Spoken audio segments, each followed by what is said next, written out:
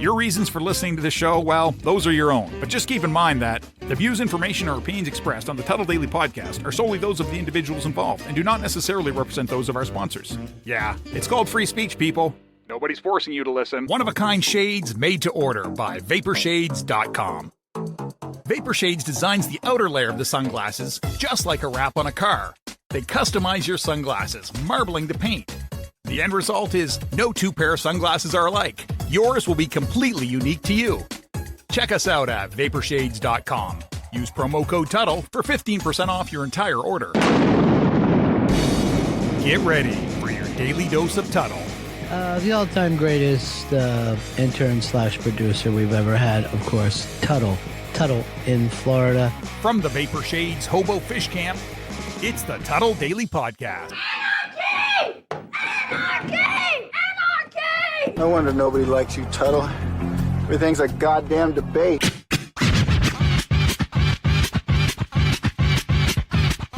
Welcome to another edition of the Tuddle Daily Podcast, and I am joined by my good friend, and I think, a lot of people have been saying the co-host with the mostest, that sounds horrible, by the way. Anyway, Serak is on with me right now. I tried to be funny. The co-hostess with the hostess. Yeah, I tried to rhyme there, but I'm very, very white and you can say comatose.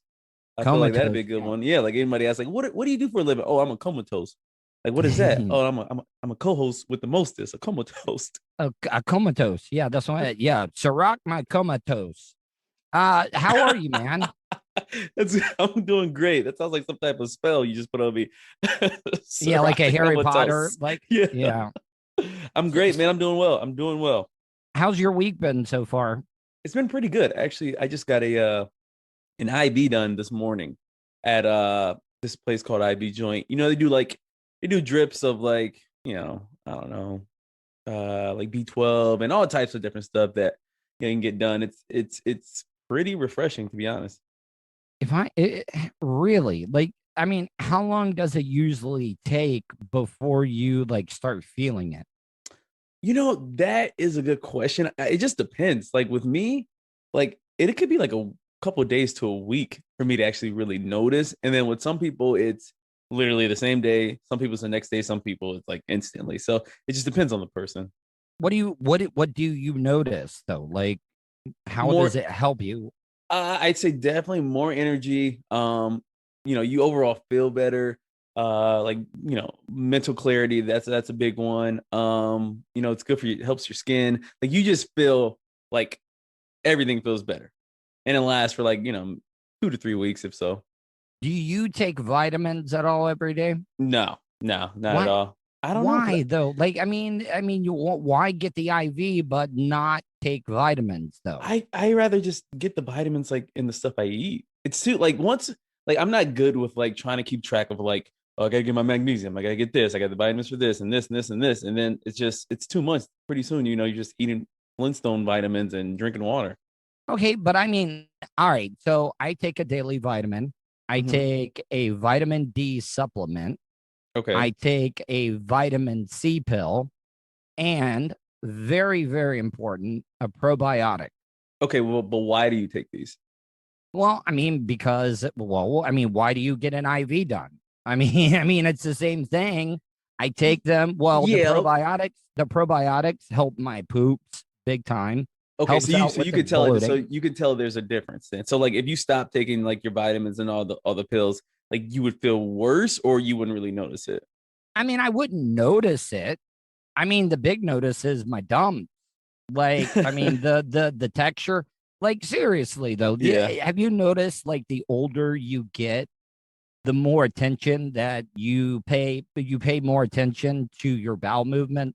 Oh yeah, definitely. I mean, by the time you get our age, you kind of just could feel it out, without even looking. You know what I mean? Like, oh, that's a stiffy. That's mushy. No, but like have you ever had this though? Like when you take a dump and like you already can call it, like when I wipe, there's nothing going to be on the toilet paper. Yeah. But then like it's like the hype build up is like you like, okay, this is gonna be a long one, and it's just like a little pebble or something like that that comes out. Like, holy shit, what was I straining so much for? Yeah, but I mean, have you ever strained so much where you've had blood on the toilet paper at all, though? Oh no, hell no, never got to that point. I mean, You've never wiped and had blood on the toilet no, paper. man, that's I mean, I feel like if that happened, I would immediately have to go to the hospital, right? Really, though? Like, I mean, Is that common to have blood in your stool? Well, I mean, not blood in your stool. Like, for example, I have a hemorrhoid Okay. right it's in the dead center, right above the asshole. And I call it my ass clit. My button. My butt Yeah, button. like it's right there. And sometimes, like, if I wipe too much, like if I go to the bathroom a lot in a day, that will get inflamed and will bleed a little bit. Okay, but that's not like you're not pooping blood though. You know what I mean? No, but man, I got to tell you, one of our friends, mutual friends, he showed me a picture of, and I was like, dude, I would definitely go to the hospital because he took a picture of the paper, and I swear to God, it looked like a murder scene. Oh my goodness. Did he go? No, he did not. How do you not go to the hospital at that point? Like if I wipe my butt and it looked like I just wiped a bloody nose, I would you gotta call you gotta call somebody. I mean, I would call like a doctor friend, you know, or a friend of a friend and ask them first, then probably go on WebMD, freak myself out for a good hour, and then actually go to like some type of clinic or something like that. Do you use wet wipes? Yeah, on and off. Like sometimes I'll forget to buy them. I mean, I just use normal toilet paper. But I mean, do... it feels so good though, man. Like, I mean, it like there's nothing worse than not feeling clean back there. I know, right? And it's like, and if you mess up like the first time, it's like even if you go clean up the second time, it's not the same. You know, it's like, oh shit, already. You know, you got to restart the whole process. But I am interested in. Have you ever used what do you call those bidet toilet? A bidet. Yes, I have, and I got to tell you, it feels good as hell. Like almost to the point where I was like, man, I might be into having a chick like eat my ass. Would you? I mean, I think. See, but also, I'm a very respectful person, and I feel like that. If somebody does that, that's like the lowest you could go, right? Yeah, it's like, bitch, eat my ass. And it just feels like you have that's not something you do with like the woman you plan on marrying, the woman the mother of your children. Like, you don't make her eat your ass. You can't, like, but even as an insult, like you can't even say anything back. If somebody said, yeah, that's why I caught you eating ass, like what can you say back to them that will be worse than that? Oh, there is nothing. But I mean, it is like one of those, like, you know, like if you get into an argument, and it's like, well, you ate my ass, bitch. Yeah, it's like only thing you can say back is, well, you ate mine. You know what I mean? Like, have you ever had a chick like fool around with the booty hole? One time in college.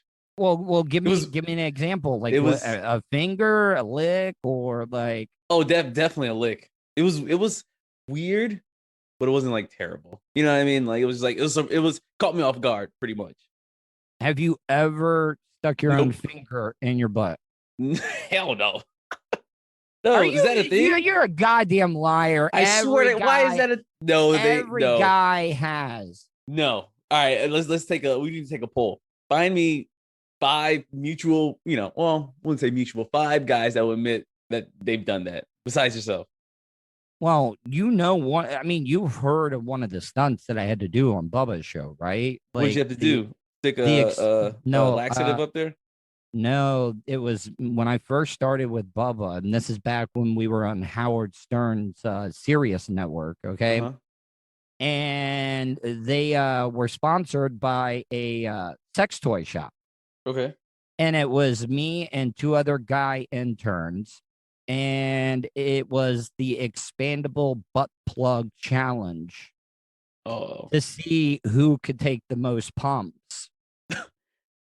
See, this is why now it starts to make sense with the blood in the stool. Doing shit like that would definitely make I got you it. start shitting blood. I got it in there, but like I was like I tapped out like right when they started like the first pump, and I was like, no, I'm out. I'm out. Who won? This guy named D-Ball, D-Ball. who American gentleman. And there was also another bit that we did called the Circle Jerk Challenge. Oh, where it was me and 3 other guys, and our ankle completely nude, and our ankles were handcuffed to each other. Okay. And it was the first guy that could complete won $1,000. This can't be true. This can't No, be it true. is. Does this No, really it is. happen? It really did happen. Swear to God. Oh, man. I don't know if I could recover from that. You know what I mean? I'd probably be scarred for life. Guess what? D-Ball won that one again too, and I got $100 bonus. Do you want to? What do you think I got the $100 bonus for? Getting second place? No, because D-Ball was actually to the right of me, and some of his stuff got on my right knee. Oh my God. I would have I wouldn't even been in that situation, but if in some alternate reality, I would have cleaned his clock. I would have hit him so fucking hard, you'd have thought I killed him. Has anybody seen D-Ball since? No, since nobody the event? has. No, no. We think he's in jail right now. So. Oh yeah, he fit in just nice. Yeah, but I mean, it really. I mean, if you were gonna get jizz anywhere on you, I mean, the knee is not that bad of a place if you think about it. Yeah, I know, but still, it's just. I mean, if you would have to accidentally step in it. That's like I would accidentally step in it, be furious, and then like go like wash my feet immediately.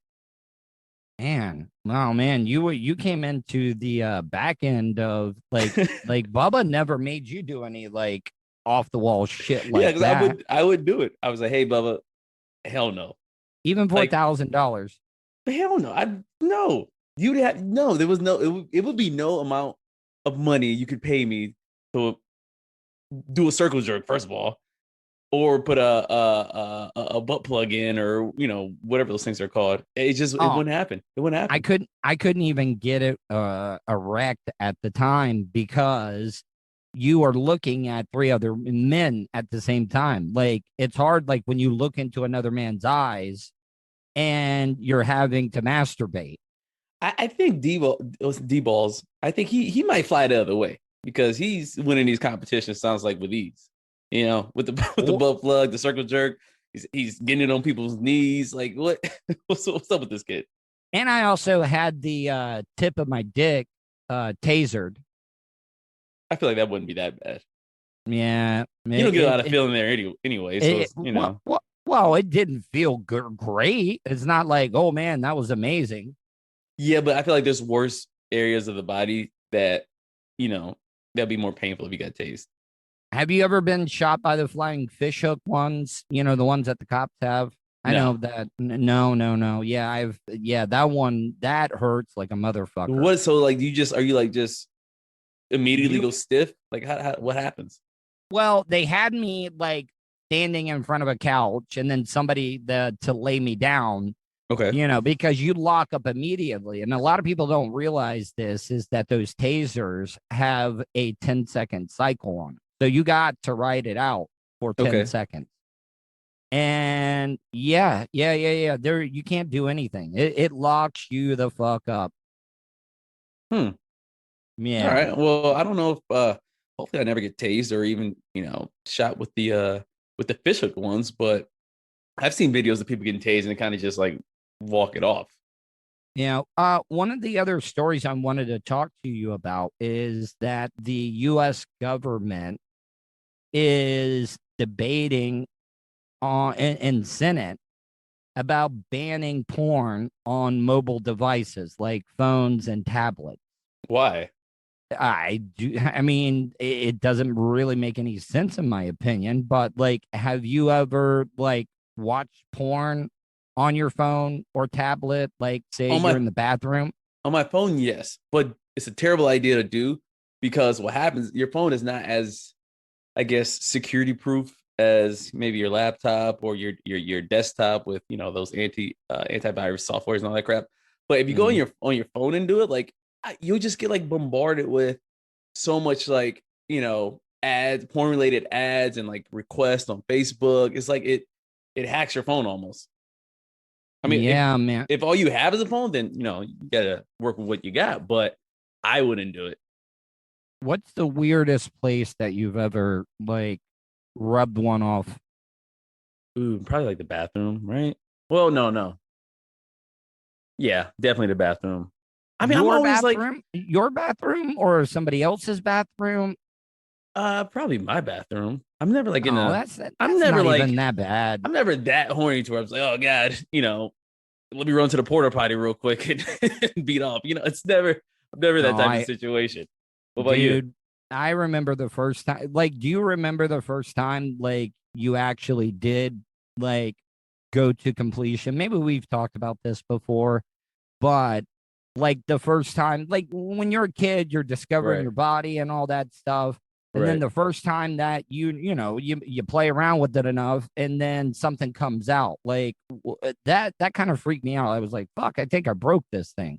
Yeah, well, it didn't freak me out because like when you're at 12, 11, 13, or however old you are, when you hit puberty, like your friends have already talked about it, so you kind of have an idea of what to expect. And given like especially like my age group, like it's not as like a covenant, I guess, as it would be.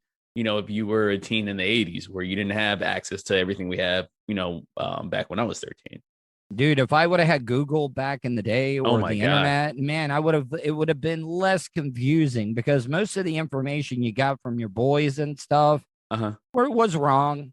Yeah, about 100%. About 100% was wrong.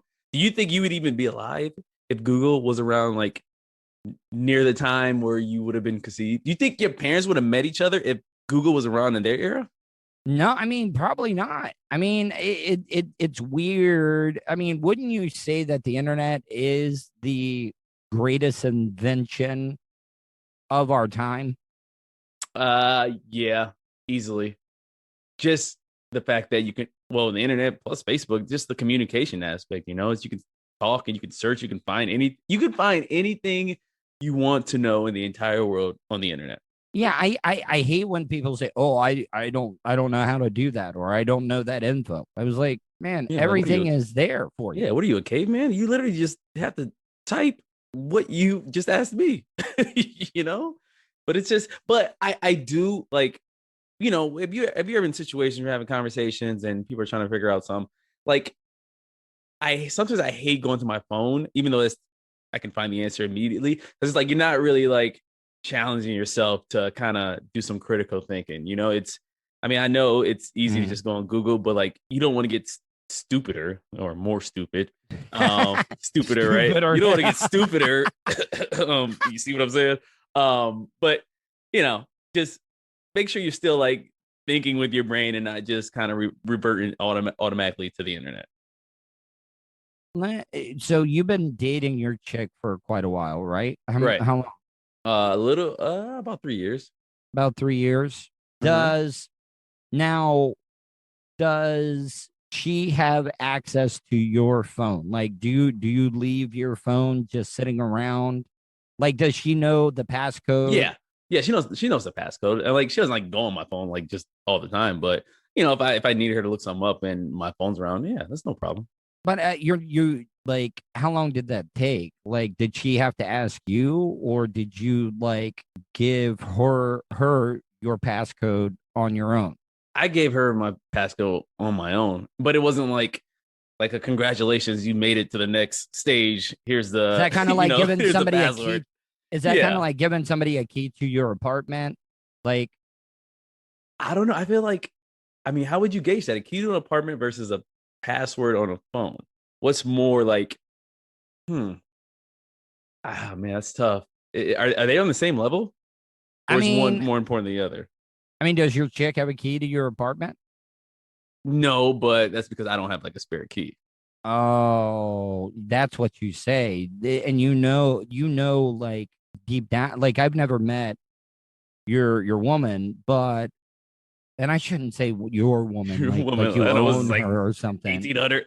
Get Yeah. your woman. But what I'm saying though is like I think that she's probably thinking in her head was like, why the fuck hasn't Serak given me a key to the apartment yet? No, I don't think so. Oh, Because you're it's full like, of shit, man. You're full of shit. Because, well, one, I would. It's just the fact that like I would have to get a new fob. You know what I mean? It's like one of those places to where like you gotta have a fob and a key and all this type of level of security access to where every tenant has their own and you can't really make copies of stuff. But I mean that is like the natural just progression of a Right. relationship, though. Not having a key to somebody that you've been dating for 3 years, I and have you a key to still her don't have a. place. Oh man, that's fucked up, dude. But she owns the unit that she lives in. It's different. And I have a roommate. That's different. Can't just be busting in and my roommate's on the couch butt naked or something like that. Have you talked about moving in with each other yet? Has that been discussed? Yeah, once my lease is up, we're moving in together. Mm. And that's in July, so that's right around the corner. Are you worried that like a No. lot of people no, but hear me out though. Like I think it's good that in relationships, marriages, that you need that little time apart. I Right. think. Right. I mean, what's your opinion on that? I agree 100%. So, like, people always ask, like, "Oh, do you guys been together? Do you guys live together? Oh, why not?" Well, because we have our own like goals and visions and stuff like that. And I'm not just gonna just all suddenly up and leave and cut my lease or anything like that. It's just like sometimes, like you said, you need your own space. And this, when I'm here, I'm kind of in my own space. I kind of do what I want. And when I mean do what I want, I don't mean like, do anything shady or anything like that. But yeah, man, sometimes you want to sleep in your own bed by yourself. And, when you get to that point to where you guys are getting married, you will handle that when we get there. But, fuck all those people who say, oh, you guys should live together right now. Okay. And it's usually advice from people who are single. So I don't even listen to it at all anyway. But like like you're on a time clock though, right? Says who? I mean, what time clock? You're okay. All right. So you're Who moving set the in- clock? Who set the clock? Women set the clock. Nah, I don't think she has me on any type of timer. I mean, I'm sure there's influence and pressure from friends and Listen. family, but at the end of the day, it's we're the ones that have to live with it. I know, but Beyonce, should have put a ring on it. Like I'm being serious. Like, I mean, there's a time schedule on that as well, too. I don't know, man. I mean, it's I'm sorry. I'm not trying to put you in a bad spot or anything. I'm just, like, you got to realize that let me ask you women this. do think if about there's that. if there's a time schedule, then how come like the divorce rate is 50%? How come no one, there's no schedule on that?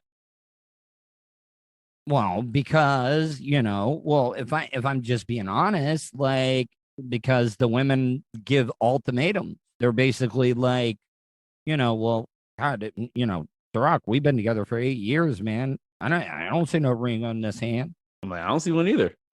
Like 8 years, obviously that's probably a little excessive, but I mean, when you're ready, you're ready, and I never want to make a decision based on other people's opinions, especially like you said, especially if it's something I have to live or, I have to set up, it's my life, it's your life. You gotta play it like you want to play it.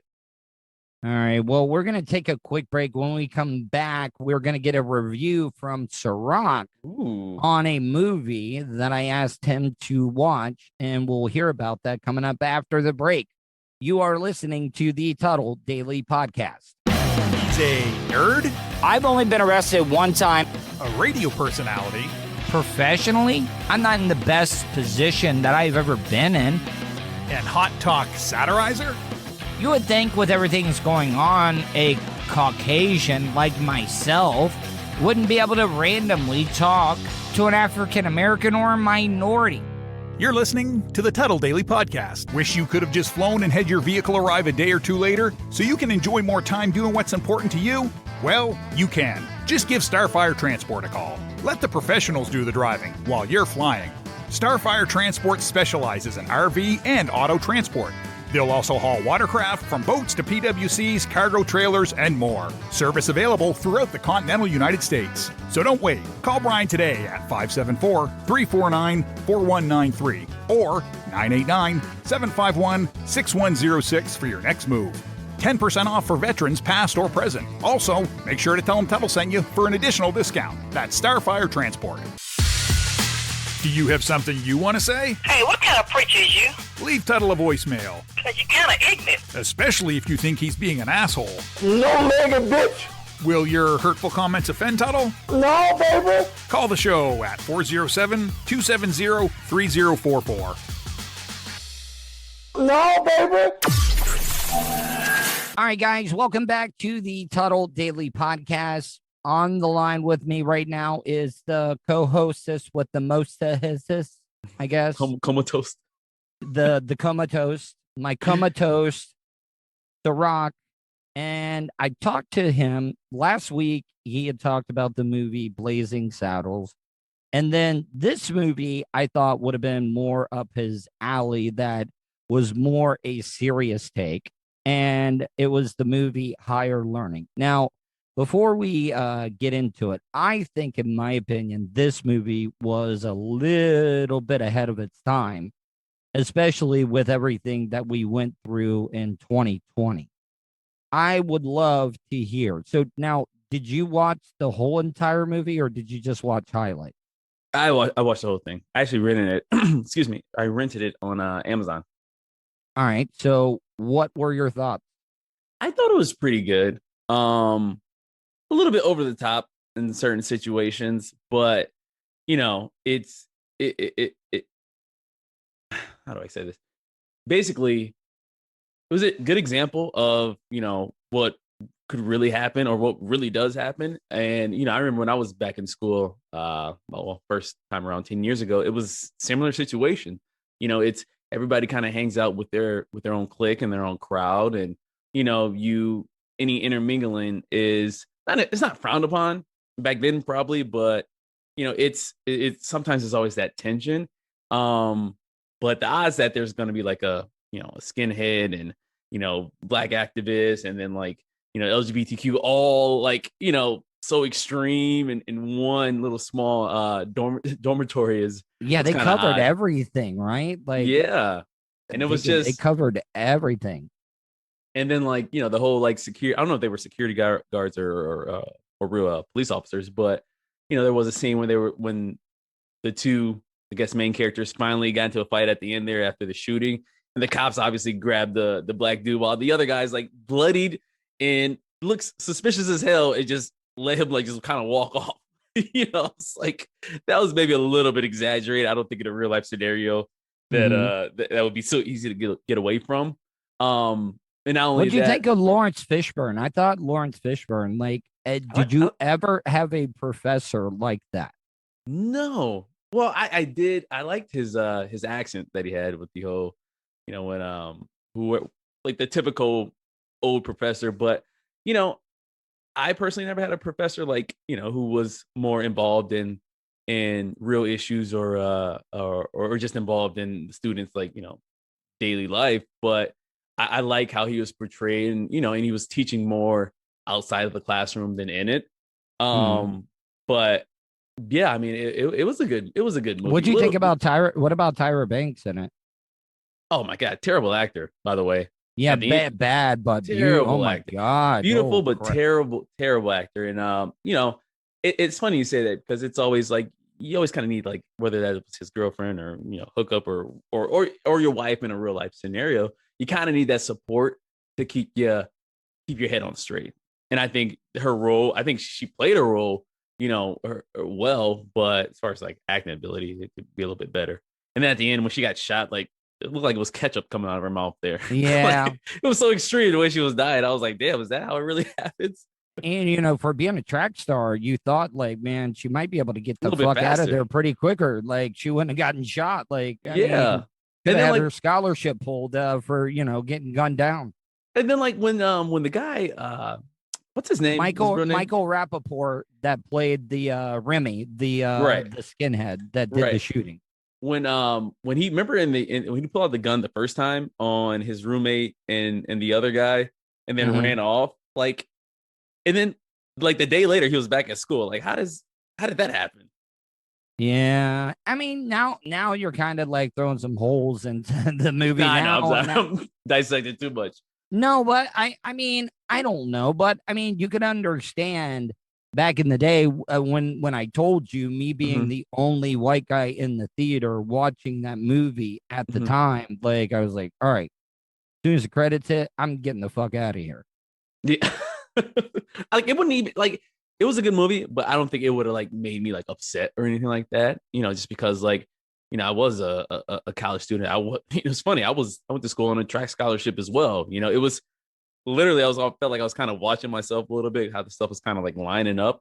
But you know, I had my roommate was a white guy my freshman year, and ironically, they put me in like the sophomore like dormitory or the floor.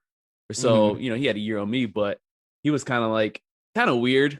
Same type of deal to where like, you know, if the music, hey man, I got to study, or, you know, oh, I'm like, we come drunk as hell at, you know, 1:00 in the morning, he'd be sleeping. But obviously we didn't get, not necessarily we didn't get along, but we had, you know, different interests and stuff like that. So it was kind of funny how his roommate was kind of the same, or that's how they treated him. So I couldn't relate to a lot of stuff in the movie. What would you? I got to tell you, Busta Rhymes should have gotten an Oscar nomination for his role in the movie. Yeah, he was a little bit over the top, you know, but that's how he is. Cube? What about Cube though? What do you think about Ice Cube? I liked his role. I mean, he was like, you know, obviously the head guy of, you know, that he was there for 6 years or something like that. But he's like, it seemed like he made that movie at the same, I mean, I don't know the year it came out off the top of my head, but like around Boys in the Hood almost. Yeah, or was NWA still around then? Lawrence, I think so, but Lawrence Fishburne, you got to remember, also played the father and Boys in the Hood as well too. Like, why is Lawrence Fishburne like the dad of? I think so. The one that's supposed to educate the African American community about, you know, remember that scene in Boys in the Hood where, you know, he took him to that spot and he was like, you know, the white man, you know, they're always putting us in this spot. Why do you think they put up liquor stores on every corner in our area? You know, yeah, he's like the poster child for it, and which kind of sucks though, right? Because you don't want to like just always think of Lawrence Fishburne like that. I mean, he just sees it as another, you know, I'm sure an acting role, but you know, there are people in the community who are like that, you know, or people in your life who play that type of role, you know, for everyone or for the group. So I mean, I like Lawrence Fishburne, you know, in all his movies, shit, especially what about Matrix? Oh yeah, hell yeah! I was gonna say, especially the Matrix. I wish they came out with a new one actually. No, dude, you know that they are, right? Like they're almost done filming the next Matrix. But what would I thought it was a trilogy. Yeah, I know, but I mean, they're bringing. Come on, man! I know that it's a trilogy, but like the original cast is coming back. I'm trying to figure out. But they're all old as hell now.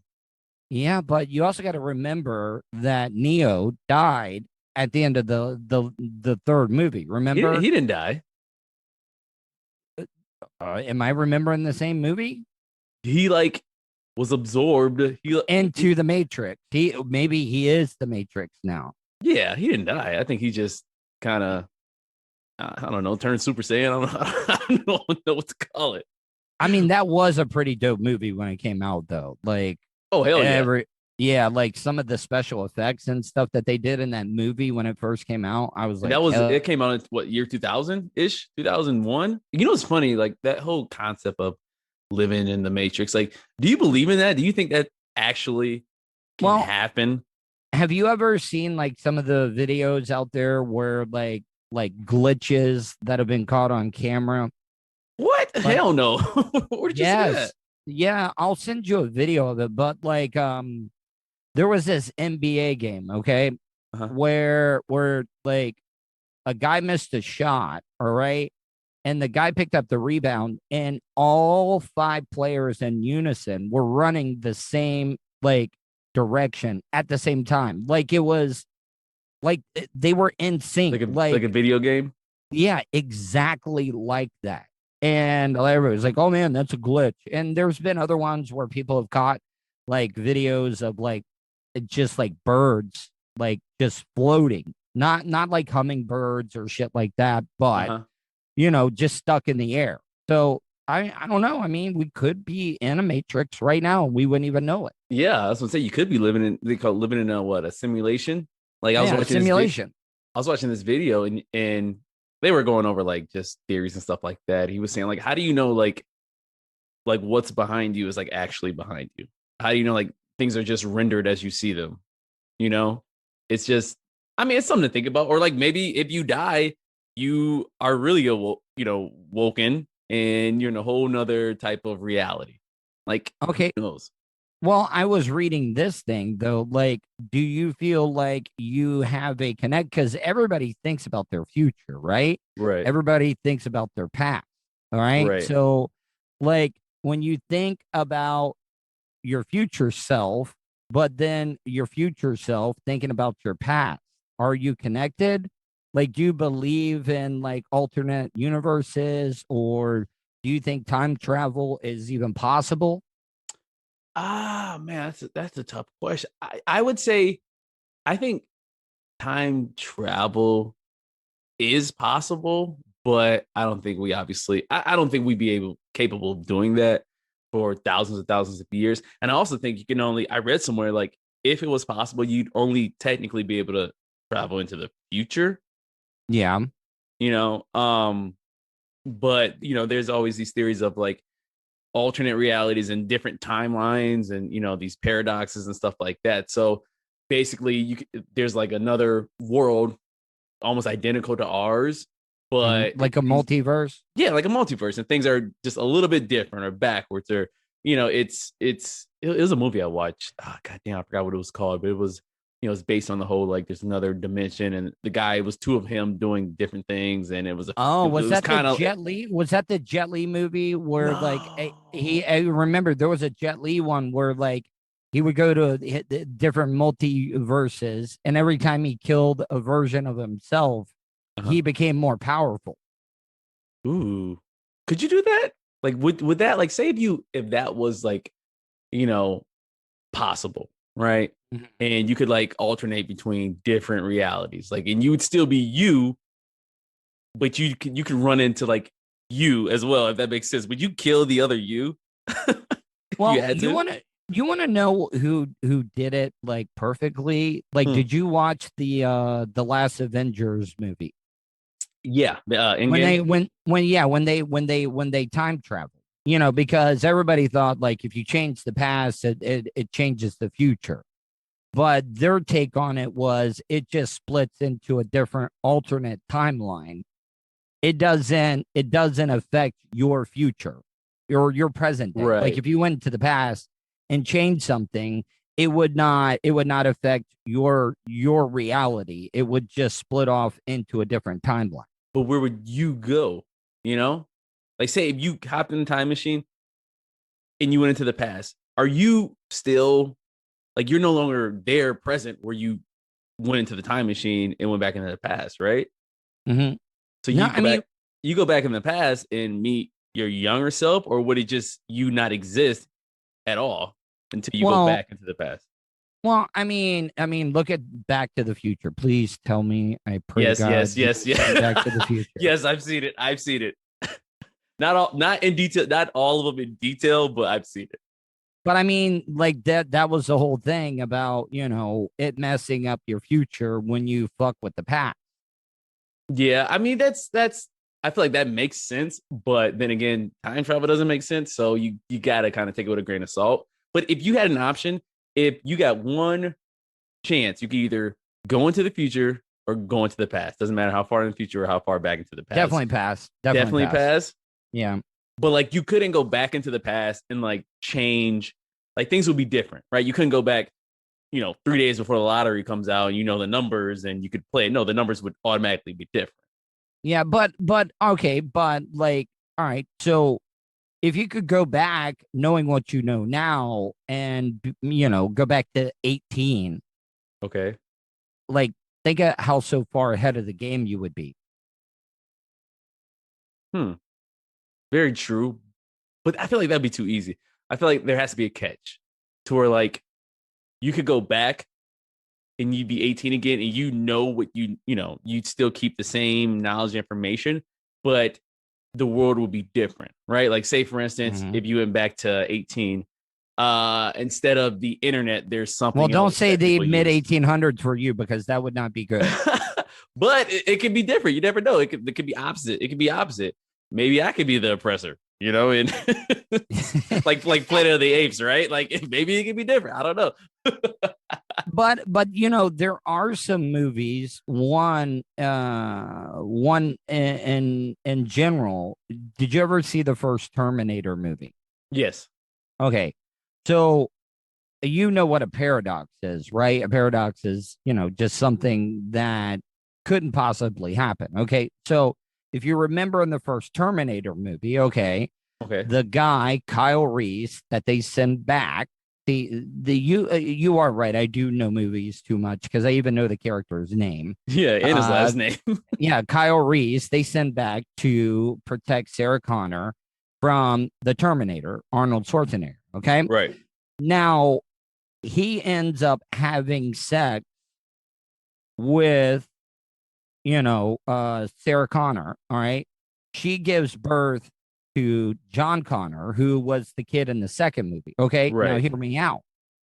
John Connor is the one that sent Kyle Reese back in time to protect his mom.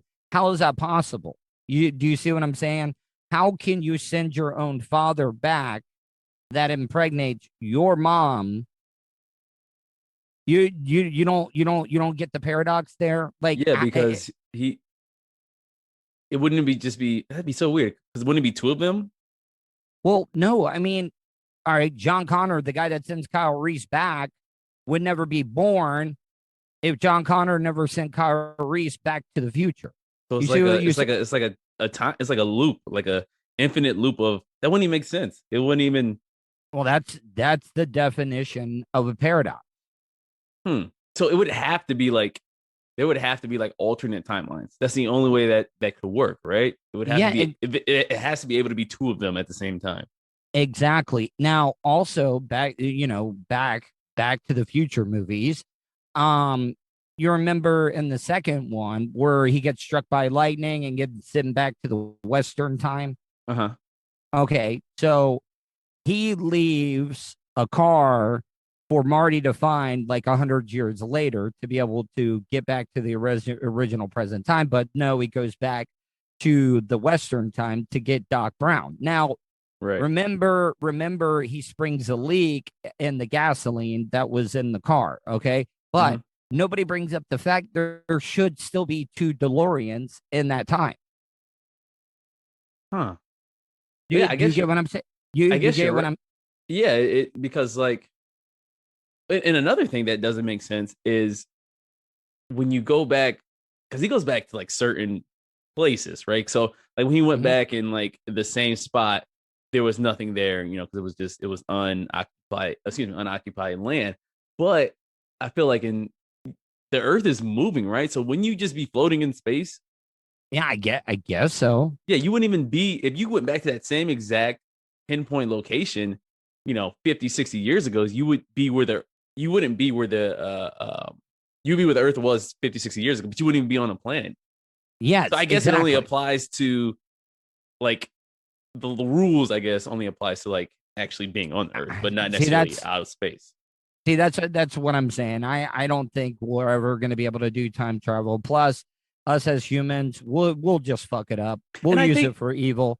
I think we won't really have time travel because I feel like the whole point of like living and learning is to learn from and prepare from previous like mistakes, right? But we don't teach history though in schools anymore. I mean, we do, but it's not as important as because all we do is test kids now, English and math, and history is something that's very important in my opinion. Yeah, it definitely is. I just think, you know, it's what type of history you learn. Who's writing the books? You know, it's. I remember taking history class, and then down the road you learn that maybe was a little bit untrue, or this was distorted, or this didn't really happen, or this did happen that wasn't recorded. It's a lot. Like, it's hard to teach history when not everything is technically recorded. Yeah, I know. Well, I mean, we've talked. I think we've talked about this. You have ancient history. Ancient history is everything before humans learned how to write things down, learned language. You see what I'm saying? And then that everything after that is recorded history. So everything from ancient history is like the telephone game. You know, like whenever and the kid, like, the first person would give a phrase and then it would change by the time it got to the last person. Right. Now, I mean, go ahead. No, I mean, and even then, like, how do you even know that's like accurate? You just got to just kind of take people's word for it back then.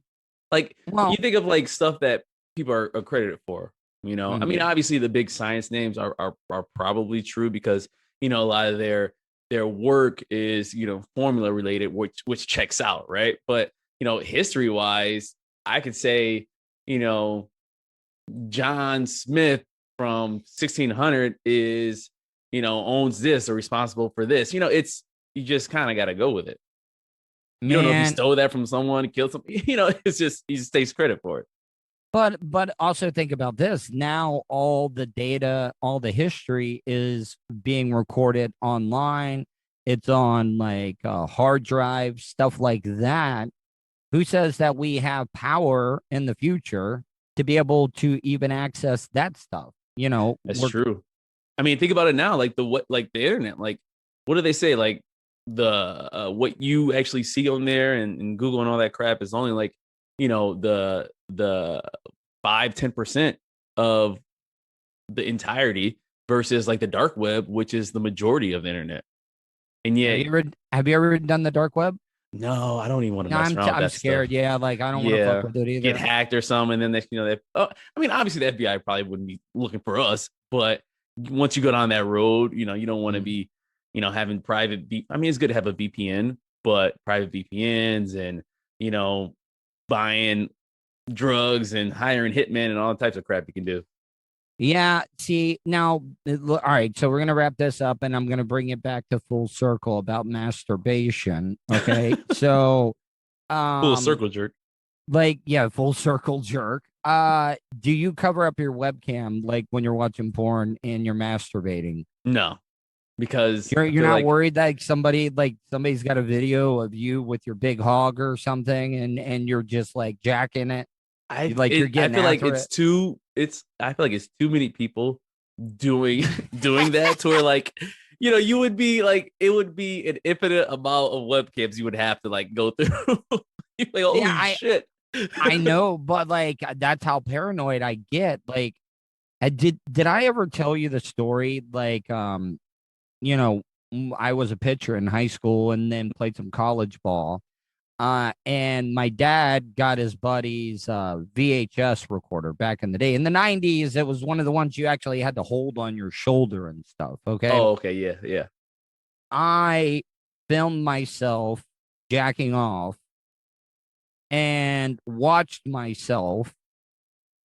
I jacked off to watching myself jack off. Will you give me something like critique or something?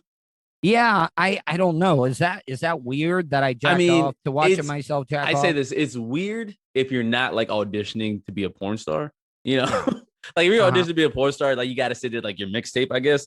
And yeah, I mean, one, I give you credit though, because that's probably really fucking hard to do while holding a microwave sized video camera on your shoulder.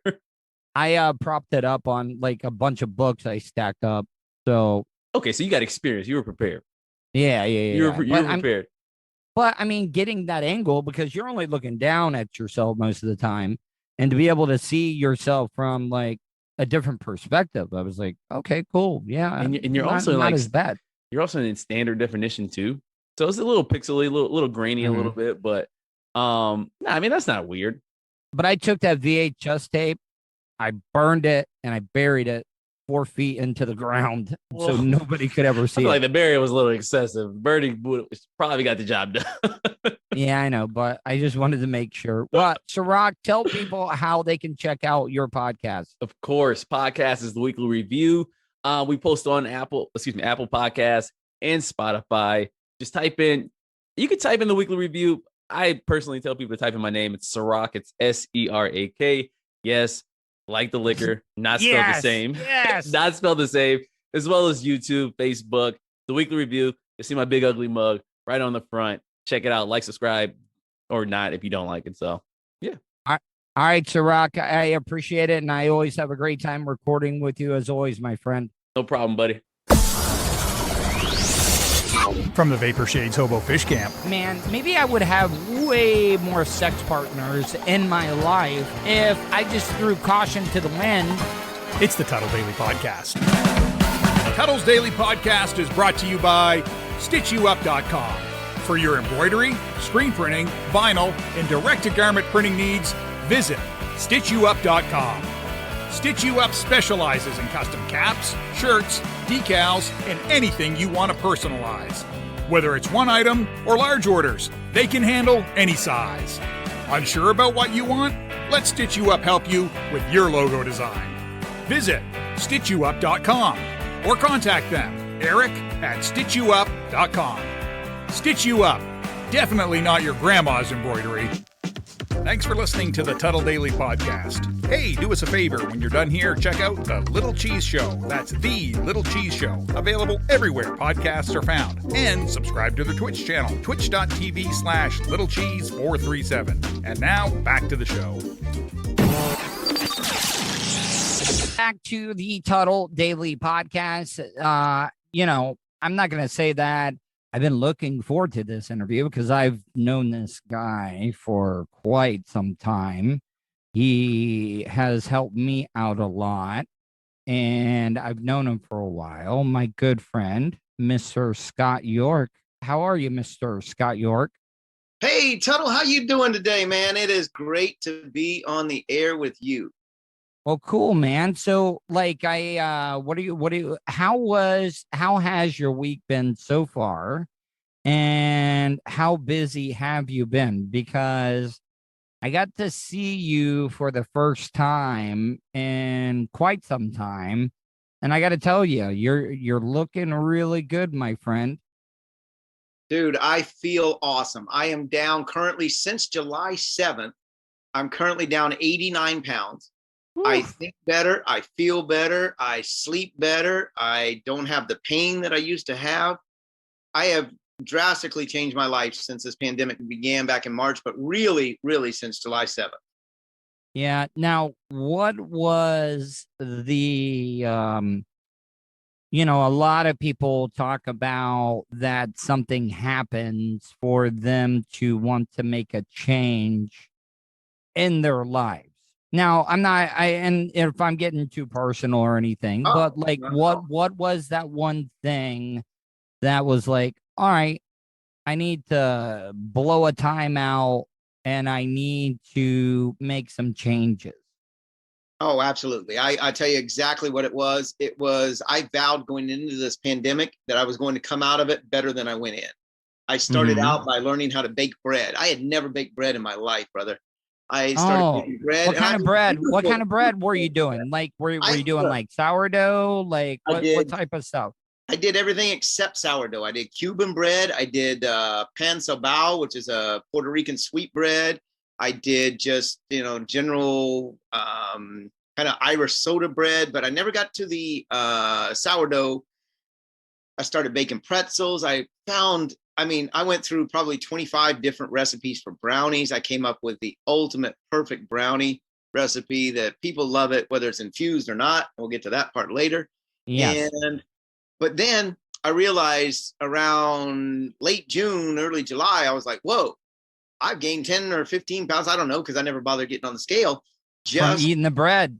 Eating that bread and eating those pretzels and those brownies and all of that. Well, I was like, you know what? This isn't making me better. It's making me bigger. So Were you drinking at the time too? At the very beginning of the pandemic, yes, but shortly after that, I quit drinking. I quit drinking probably late March, early April. Just kind of gave up alcohol completely, other than I had a couple beers on my birthday. But other than that, I've stayed away from the alcohol. I've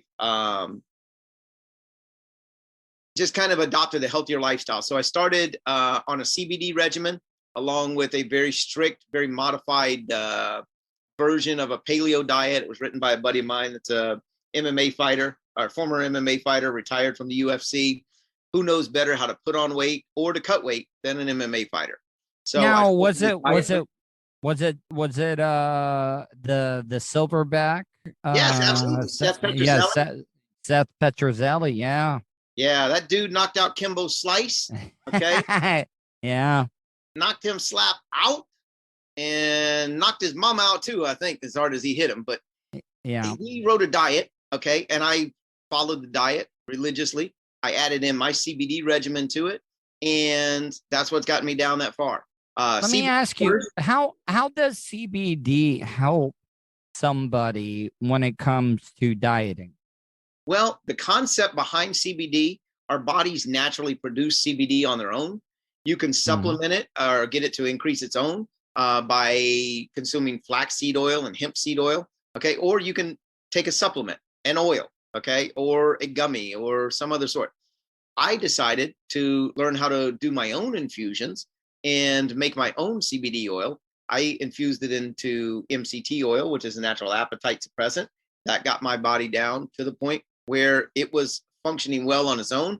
Then on top of that, add in a very strict diet and my drive, dedication, and determination. And here I sit today. Now, Scott, tell people about your journey. I know that you had a touring company for a little while, and I'm sure that got hurt during the pandemic. Then you decided to go work for one of the dispensaries to learn about the business, correct? When it comes to that, or yes. So for a little while, you mean by 32 years? Yeah, that's a little while. I've owned a tour company, See America Tours. We do educational field trips to St. Augustine, and I've been doing that as a foolproof business for the last 32 years. People are going to have. And I don't mean to interrupt you. Now, is it true or false that St. Augustine is the oldest city in the United States of America? Yes, with a qualification there. It is the oldest continually occupied city of European descent in the continental United States. So yes, if we go with all of that, then absolutely yes. And it is. And it has a lot of history there. So for the last 32 years, I've had this foolproof business. People are going to have babies. They're going to go to school. They're going to go on field trips until COVID. We always went there, dude, in elementary school, all the way through middle school. We always went to St. Augustine to visit the Spanish Fort. Like everybody went to go see the Spanish Fort. Dude, I'm going to send you some pictures of me doing tours of that fort just last week.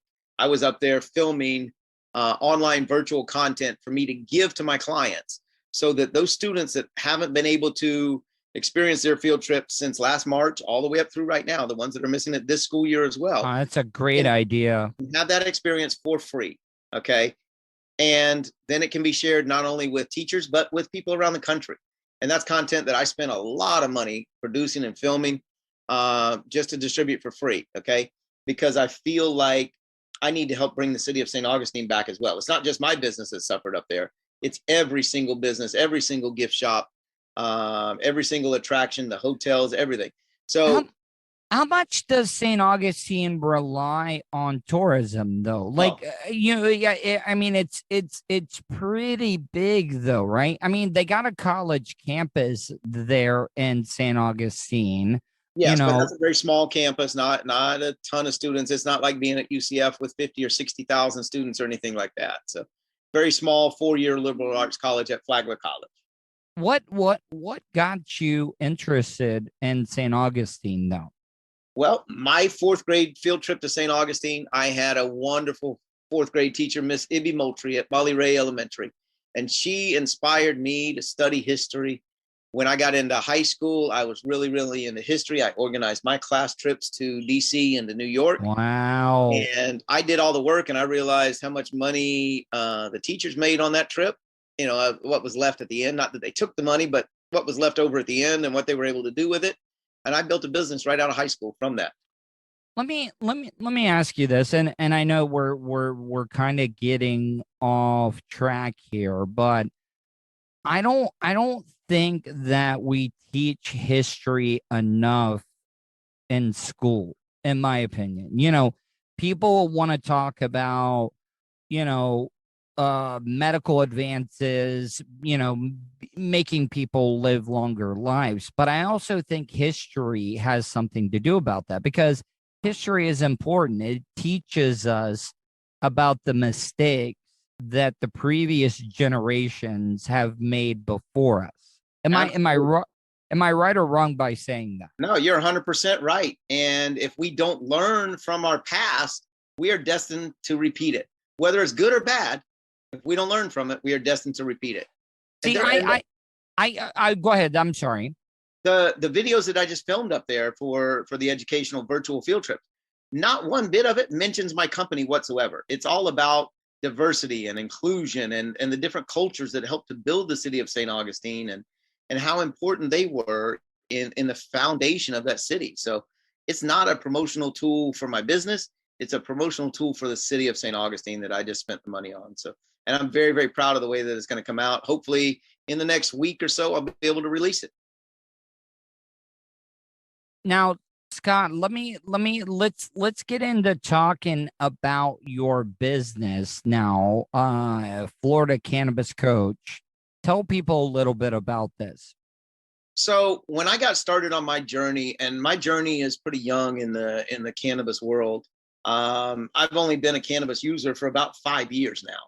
And did you used to be one of those people that looked down on cannabis use? Well, I didn't look down on people, but I was raised in that generation, the just say no generation. All right. So I'm 50 years old. So I grew up in my family, during the just say no, the war on drugs, all that sort of thing. And in my family, my family did anyway, and myself as well, because that's the way I was influenced. We blamed my brother's suicide on cannabis. And it turns out it was not the cannabis that caused his suicide. It was the mental illness that he was trying to treat. Okay. And me finally coming to realize that, 7, 8, 10 years ago, kind of led me down my journey a little bit. No, I'm not trying to get too personal, but you know that I have dealt with mental illness. Absolutely. Was he on any like psychotropic drugs, like mood stabilizing stuff at the time, or no? He was taking a few, but not the right ones and not the right. See, that's what happened to me. I think our pharmaceutical companies overprescribe these medications and without any repercussions. In my opinion, I could be off basis. And I think that is a lot of the problems we're having, because we do not take mental illness serious enough in our country. Absolutely not. We don't take it serious enough, and we don't put the funding behind it that we need to. And that's a shame. This country has the money to do it, and we need to start doing it.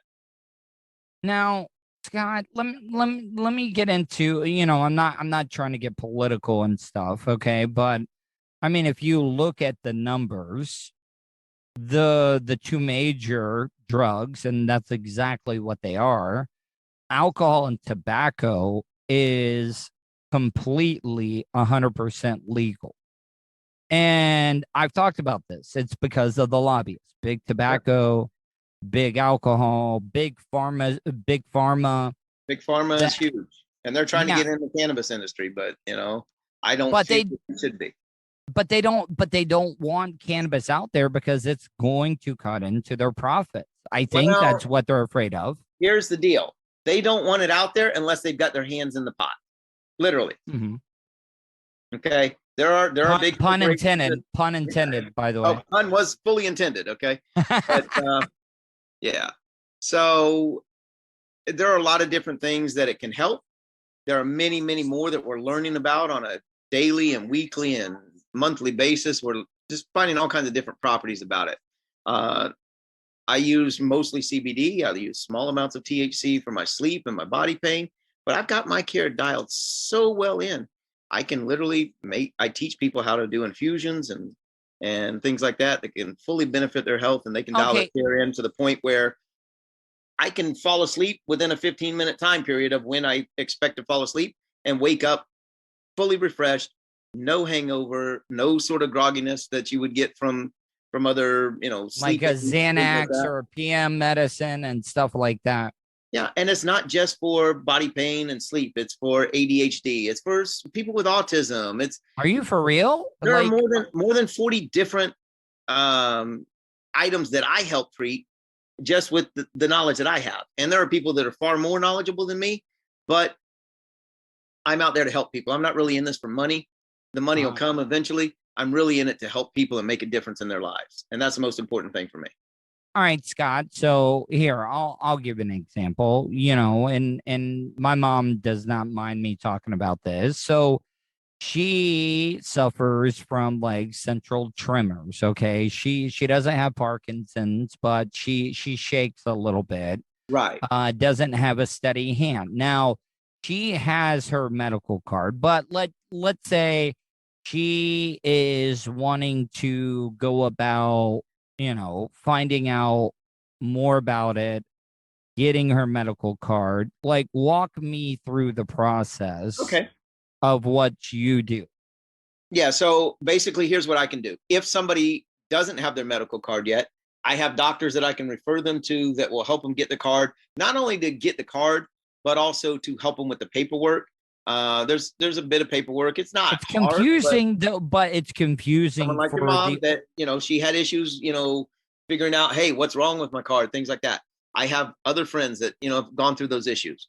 So I know what it was like on my journey, going in it alone, not knowing anything about cannabis really, and especially the medicinal benefits of it. And I fully believe that all cannabis is medicinal. Okay. I fully believe that. So having somebody to kind of help you, number one, get the card. And then when you're ready to walk in that dispensary for the first time, to have already guided you along and figured out, hey, these particular 3 or 4 ailments, they can be helped by these 8 or 10 strains or these 8 or 10 terpene profiles. We talked about this, Scott, and I was amazed because like you brought your laptop, and when we met, you were like showing me like what strains can help out different ailments. Absolutely. And it blew my mind when I saw that, because most people just think of cannabis as a way to get high, but there are different types of strains that help different type of ailments, correct? Oh, absolutely. Absolutely. I have a list of about 100 different strains right now, and we're adding to it every single day, not just from one dispensary, but from every single dispensary here in Florida, and it'll be taken nationwide as well. It's impossible to get every single strain, but what I focus more on is the terpene profiles. That's what gives the plant its smell, its odor. Explain terpene. So yeah, you're explaining that. So terpene is the smell, the fragrance type stuff. Yes, and what actually gives the plant its medicinal properties. Okay, the terpenes actually get produced in every single plant. Okay, in nature, so that it helps to protect it from predators and parasites, pollination, and things like that. So yeah, pollination could be part of it, but that's what actually helps to spread those plants. But this is what actually gives it those medicinal properties. And by studying those terpene profiles, there are hundreds of different terpenes in the cannabis plants and in other plants. So you can get your terpenes from botanical plants or from the cannabis plants. And some of them, both of them are beneficial, some more beneficial than others. I can help teach that and which ones you're looking for your specific ailments, whether that's, pain relief or sleep or weight loss, or, maybe you need to gain weight. Maybe you need to help with ADHD or OCD or, any number of different ailments. I can help with that. My mom has gone through cancer twice in her life. And I remember, I saw her losing weight. She just, that chemotherapy is just wicked on the body. And I ended up, this is like way before anything was medical at all. And I got it for her. And I swear to God, I don't want people to think like I'm a big pothead or anything, but it helped her like keep the weight on, because keeping that weight on is important when you're going through something that is as poisonous as chemotherapy. Absolutely. That's pure torture on your body right there. Now, it's beneficial in fighting the cancer, but there are other ways as well. There's a lot of research that's starting to be able to be done now, and most of it's in Europe, really, but still, because we're federally illegal here, but legal in most states now. Not all, but most. America is starting to wake up. We're starting to come out of prohibition, okay? And we're adding. You saw what prohibition? You saw what prohibition, the only amendment that we've ever had overturned in the history of the United States, was the prohibition of alcohol, which created organized crime at the time. So what I'm trying to say is, if they legalize recreational nationwide, can the we stop tax right money. there? Yeah, go ahead. I'm sorry. Okay. So one of the things that I'm really, really fighting for and passionate about is getting word of that word recreational. You don't like recreational? Let's not use that term. Let's use the term adult use instead. Okay, adult use. Okay, I got you. Thank you. Recreational has a negative connotation to it, okay? That makes people think like, oh, you're doing it for fun. No, I'm using it as an adult, okay, because I know what I'm putting in my body. I don't know what's in those pharmaceuticals that they put out there on the shelf every single day, and they push it and push it and push it. And even our insurance industry pushes it and pushes it and pushes it, because they can make money on it as well. So give me that word again, so I now know that I'm informed. Instead of recreational, what word should I be using? Adult use. Adult use is the term that I would prefer to see, and a lot of people in the industry feel the same way. Oh, I agree. Like it should not be like. I mean, there needs to be regulations on it, just like tobacco and alcohol. Now, is there any idea, do you know, like if they did legalize it nationwide and it was taxed, what the windfall of money would be? Do you have any idea? Like give me, for example, like Colorado. I hear that the tax money alone that they're making off of it is like outrageous. Oh, it's insane. The amount of money that Colorado has for their schools and their roads and things like that. I was just out in Denver in November, and the people there love it, not just because of the medical benefits, but the financial windfall that has come from it as well. And we could have that nationwide, and not just from the cannabis, from the hemp plant as well. And industrial hemp can be used for hundreds of different items. It could be used to build houses with. We could solve the homeless population by building houses from hemp. It helps to replenish the soil. We can use it to make clothes. The shoes that I wear right now are completely hemp shoes. And in fact, they can get them on my website. Now, Scott, what is your website if people want to check that out? That is floridacannabiscoach.com. They can also follow on Instagram at Florida Cannabis Coach. And they can also follow the Facebook group, the MMJ Movement. I'm happy to reach out to help anybody that I possibly can. When I met with you last time, I stayed with my good friend Colton when I was in Tampa the past couple of days. And they have an older dog that is having joint pain. And you were telling me about the CBD dog treats as well, too, that have been benefiting older pets. Oh, absolutely. I actually just left my buddy Russ's house a little while ago, and they have a dog that just turned 18 years old. How is Russ? I need to get with Russ. Next time you talk to him, tell him I said hello. I was listening to we're talking about the same Russ, correct? Absolutely. Actually, I was talking to him about you today and telling him how much you've been helping me out and how much Vulture's been helping me out as well. So I have nothing but high praises to sing for you, brother. Well, thank you. But no, I was listening to the show on the way home from Tampa this morning. But I was telling them, and they were actually really, really interested because the dog that they have can no longer like jump up on the couch because, he's having joint pains. And I told them about it, and they were like, hey, well, we're going to have to look into that. So there are benefits when it comes to CBD and helping pets.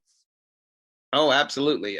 Their dog just turned 18 years old. She's out roaming the fence daily like she always has. For a couple weeks, she didn't have any of the treats or anything like that because his wife's been traveling a lot, and she just hadn't been by to pick any up. Or, I actually teach people how to make them themselves. I'd rather not make the products. I'd rather just teach people how to do it themselves and save even more money. But, right now they're just not able to do that because she's traveling so much. So I made Avery some treats and Bo some treats and took them over there. And both of those dogs are just eager to get to them. And then they're feeling better and calmer and just healthier lifestyles. I don't know if you know this, maybe this is a question you don't know, but in pro sports, they are down to prescribe all the pain medication in the world. But are they allowed to use CBD in professional sports, or is that a banned substance? Do you know? CBD, most of them can use. Even some of the leagues are starting to ease up their testing on cannabis as well. Ricky Williams. Ricky. I was about to bring up Ricky. Ricky just said, "I'm out. Peace out." Deuces on the whole deal because they get beat up a lot, and I think it's so much better than the cortisone shots or giving them oxys or hydrocodones and stuff like that to get rid of pain.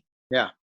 So I was actually just communicating with Ricky Williams' assistant yesterday and trying to set up an interview with him because he has a fascinating story, brother. And walked away from the NFL for cannabis and doesn't regret it one bit. Dude, Ricky is and you want to know another person and that you might want to look into? Former Florida Gator great Percy Harvin. He suffered from migraines, like debilitating migraines. And he got caught and tested positive a couple of times. And he ended up retiring as well, too, because he said the only thing that helped him out was cannabis. Yep, absolutely. I even make a topical and teach people how to make a topical that's great for those migraines as well. There are certain strains that are good for it, but then also certain routes that are even better for it. So it's not just smoking it. I hardly ever smoke cannabis at all. I take it in tincture form. I take it in edible form. Explain tincture. Can you explain tincture? I know what it is, but for my audience, can you explain what a tincture is? Oh, sure. Tincture is an oral or sublingual product that you put in your mouth or under your tongue, and you hold it there for about a minute, and then you swallow it. Okay. You're absorbing 20% of that medication through the mucous membranes in your tongue. The other 80% you're swallowing, so that 80% acts more like an edible. So it gives you a relief over a longer period of time. So that's how I manage my care. I'll occasionally smoke it, but it's not my preferred route at all. Do you, when you do smoke it, are you smoking the cartridges or the flower itself? I like to have it in the purest form that I can, the most available form. So let's say somebody is suffering from crippling anxiety, or you start to feel anxiety coming in. It's not convenient to pull over and roll a joint, is it? So no. You use a vape in that case instead, or another route. That's But the way didn't to you handle say that. there's an additive like in some of those cartridges that you have to look out for that is not good for people? Like Not on in, sorry, not in the cartridges that you would get in a dispensary or anything like that. There was a rash of people being injured or dying from vaping, but that was not from factory cartridges. What they were doing is refilling cartridges or filling their own, and they were using vitamin E. Well, vitamin E, when it gets heated up, that causes problems in your lungs. That causes the popcorn lung that people were dying from. oh Definitely man. not something you want to do. But Now an actual vape pen or vape cartridge from a dispensary, no problem at all. In fact, for many people, it is the most effective route, depending on what they're suffering from. But that's what I help them figure out. now this is another question that I have. Will the prices ever go down when it comes to medical, like legal, when it comes to this stuff? Because, like a lot of people aren't going to go to the medical route when they can get it cheaper, the illegal route. Do you understand what I'm saying? Well, honestly, there are some savings to buying it on the black market. However, they're not that significant, and they're definitely not significant enough for me to go to jail. But you would know what you're getting, though. You know what you're getting, though, when you're going the medical route, though, right? Correct. When I'm going into a dispensary, I know the percentage of the THC, which, by the way, the state legislature is trying to pass THC caps at a maximum of 10%. What's your thoughts on that, though? Should there be a cap? I am absolutely opposed to that. That is essentially a tax on your medication. If they were to take that bottle of Tylenol and change it and make it a cap to where you couldn't have more than 2 of them at a time, wouldn't that affect you? Sometimes you need 3. Okay. Mm-hmm. Some days you need a little bit higher percentage. And when I was working at a dispensary, I'm not there anymore. I'm completely out on my own now. But when I was working at a dispensary, that's the number one thing people came in and asked for. What's the highest percentage that you have? I would never sell it like that. Okay. Unless that's all they wanted was to know the highest percentage. What I asked them, the question I asked, what are you looking to treat today? Okay. That's the question. That's the most important question that you need to ask if you're working in a dispensary. And that's also what you need to tell them when you walk in there, what you're looking to treat. And if they can't help you with that, then that's when you need to find a qualified cannabis coach, whether it's me or somebody else. I don't care. Yeah. Dude, I mean, Scott, though, like just from talking to you the couple of times that I have, I can tell that you're very passionate about this. Yes, you are a business person, but this seems like something that you're very passionate about. You've seen what it's been able to do to help you change your life, and it just feels like this is a passion for you. Am I wrong by saying that? I use that word every single day. This is a passion project for me. It will eventually turn into a steady income, but that's not what I'm in it for. I am in it to help people. I am very, very passionate about it, and this is definitely my passion project. I've always had a goal, the last 15 years or so at least, to make the world a better place every day, and now I'm able to do that easily by helping people every single day. Oh, Scott, man, I want to thank you for reaching out to me.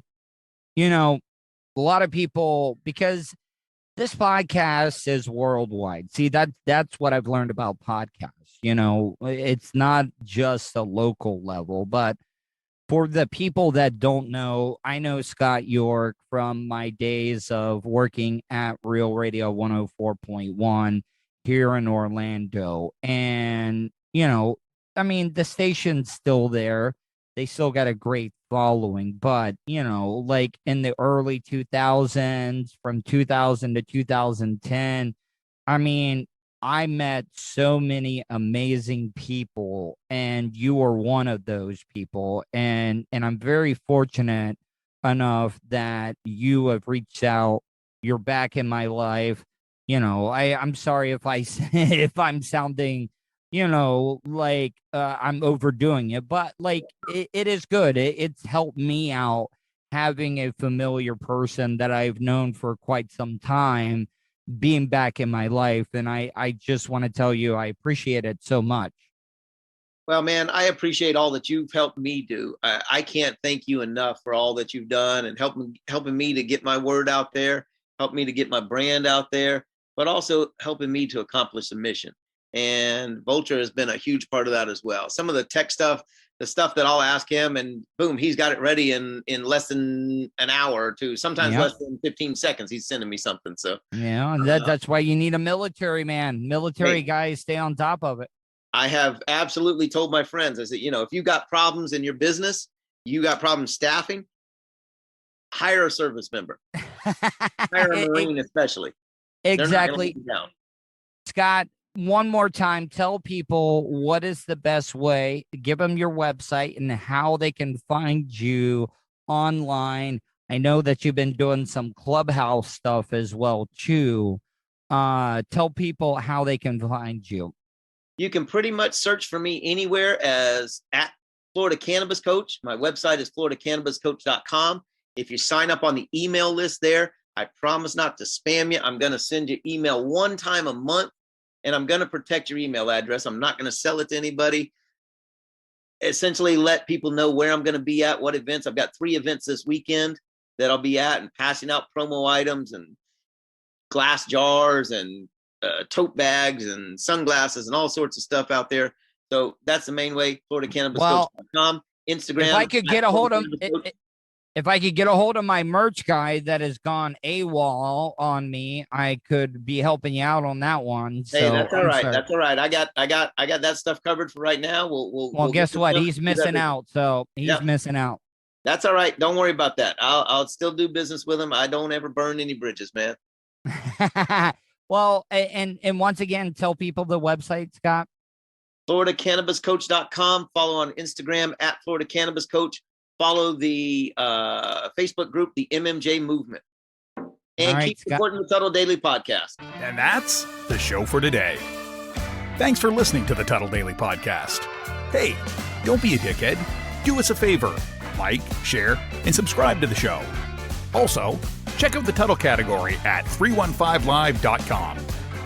The Tuddle Daily Podcast is brought to you by the Vapor Shades Hobo Fish Camp. Do you want some cool-ass sunglasses? Check out vaporshades.com. Also brought to you by Starfire Transport, StitchYouUp.com, PocketPairClub.com. Special thanks to show intern Hannah and Charlie Alamo for their contributions. Additional imaging and production is provided by CCA Productions. Facebook.com/CCA Productions Presents. Show voiceover service is brought to you by JCVoiceover.com. That guy's got a damn sexy voice. You should hire him. Check out JCVoiceover.com. If you want to help support the show, go to paypal.me/TuddleOnTheRadio. Comments? Concerns? Or do you just want to let Tuddle know he's being a dickhead? Tuddle@gmail.com. That's Tuddle with 2 Ds at gmail.com.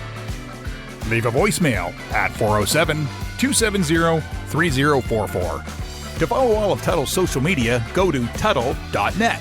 Thanks again for all your support, and we'll see you tomorrow on the Tuddle Daily Podcast. Hey, yo, Terry, fuck going on?